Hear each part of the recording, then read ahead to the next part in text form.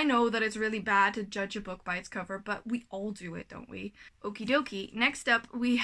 Did I just say okie dokie? I said okie dokie. And... I can't even remember now.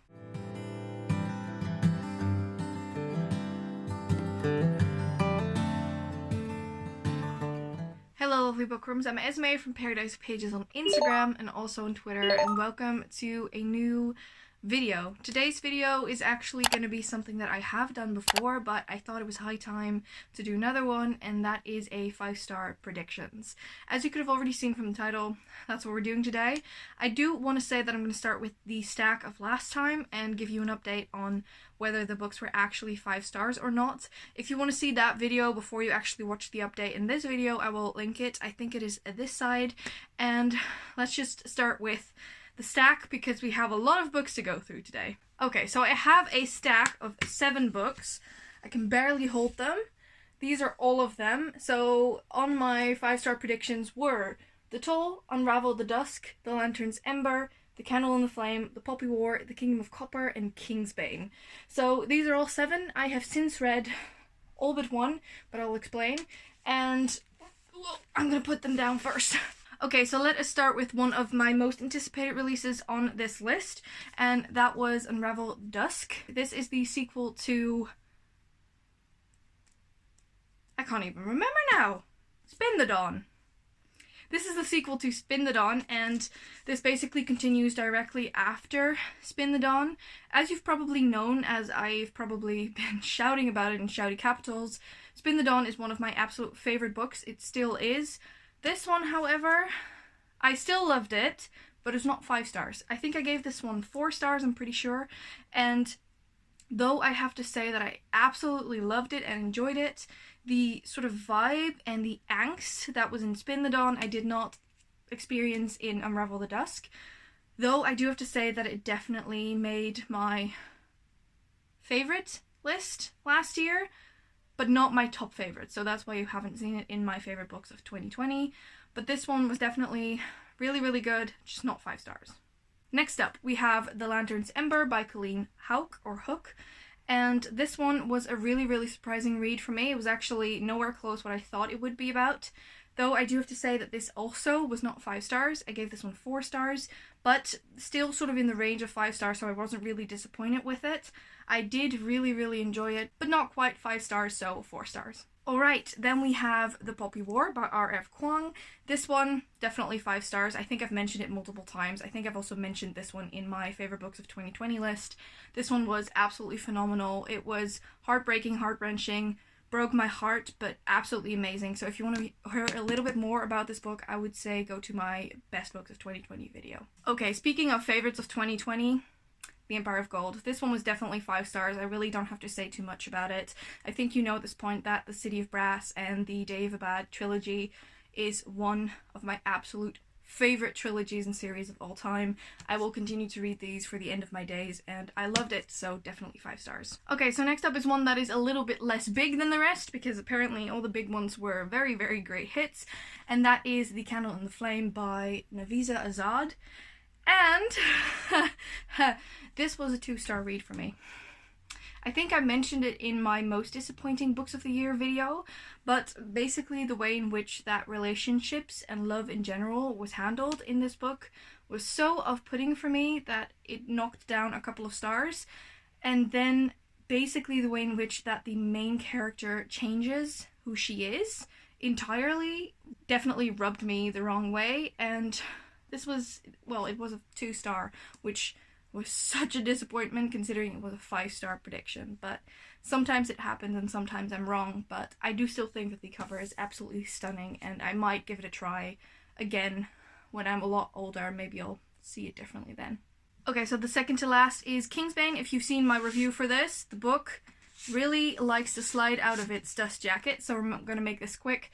5 stars, you probably know that. One of my absolute favorite series as well. I'm actually scared to death to read Lightbringer, but I will this year, I think. That said though, I absolutely loved it. 5 stars. Definitely right in my assumption of this being 5 stars. And finally, the book that I have not yet finished is The Toll, and the reason why I thought, you know what, I'll just film it now is because I don't see myself finishing this in the near future. I am actually 200 pages in. I'm on page 207 currently, and I mean, that's quite a way through, and I am bored out of my mind. I just don't care about the characters anymore, the jump in time.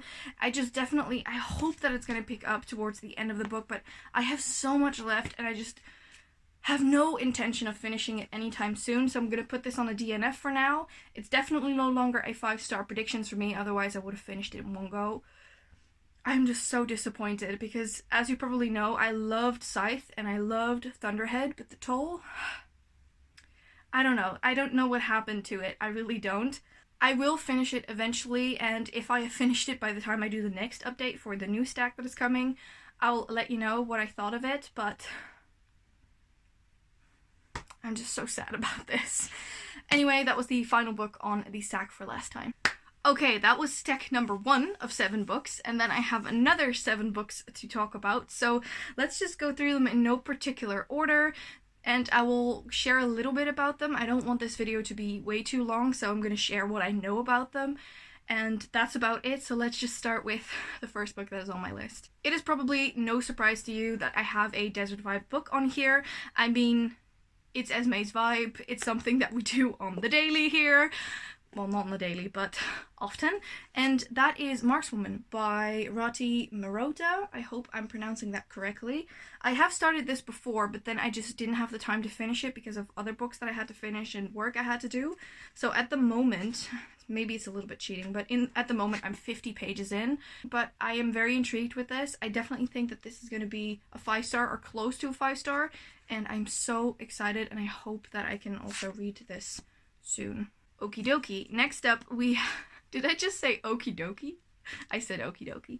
The next one that I want to talk about is Star Daughter, and I hope that you can see how stunning that cover is. It's absolutely beautiful. I think there's also something, was that this one? No, it's not. I thought there was something beneath the cover.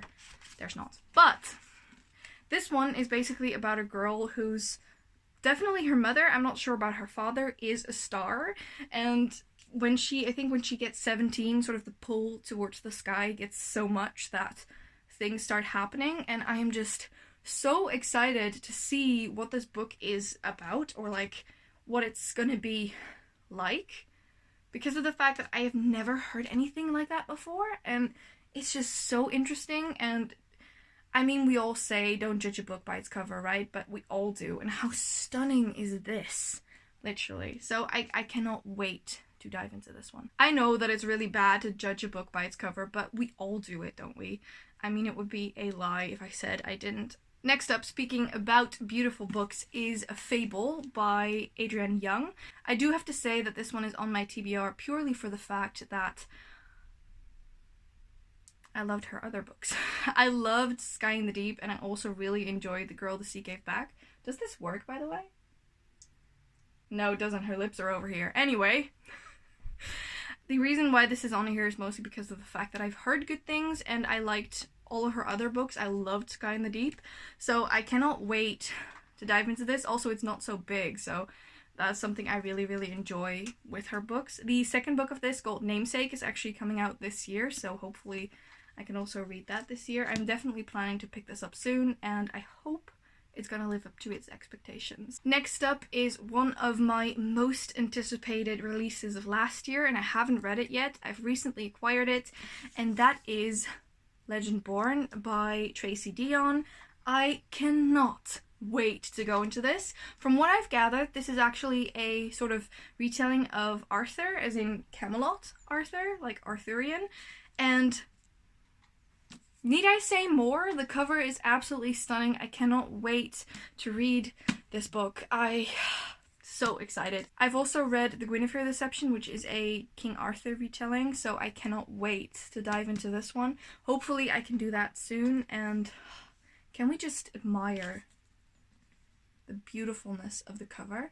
Like, it's so stunning. Absolutely stunning. So I cannot wait dive into this one. Okay, so we have a sequel, and that is The Dragon Republic by R.F. Kong.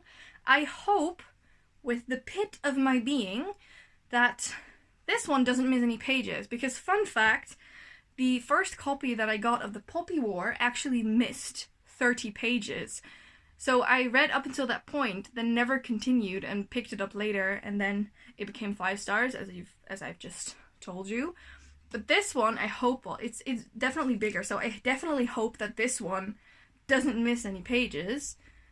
I am scared of this one, though, I have to say. I definitely think it's going to be 5 stars, which is probably the same for The Burning God, which is already out at this point, but the Poppy War was just so good that I don't think this one is going to be any less painful or good.